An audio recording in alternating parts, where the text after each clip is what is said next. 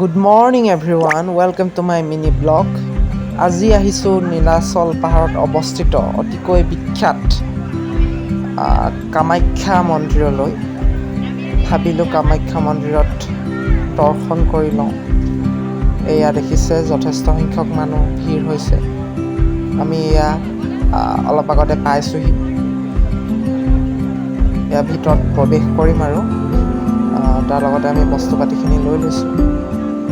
এয়া দেখিছে মানুহ ভিৰ হৈছে আৰু যিটো মা কামাখ্যাক দৰ্শন কৰি নিজৰ যোনখিনি মনোকামনা সেইখিনি পূৰণ হয় যেন তাৰে আশাৰে আজি ইয়ালৈ আহিছোঁ। এয়া দেখিছে দৃশ্যটো ইমান ধুনীয়া আৰু সঁচাকৈ খুবেই ভাল লাগে ভগৱানৰ ওচৰত দৰ্শন কৰিব আহিলে।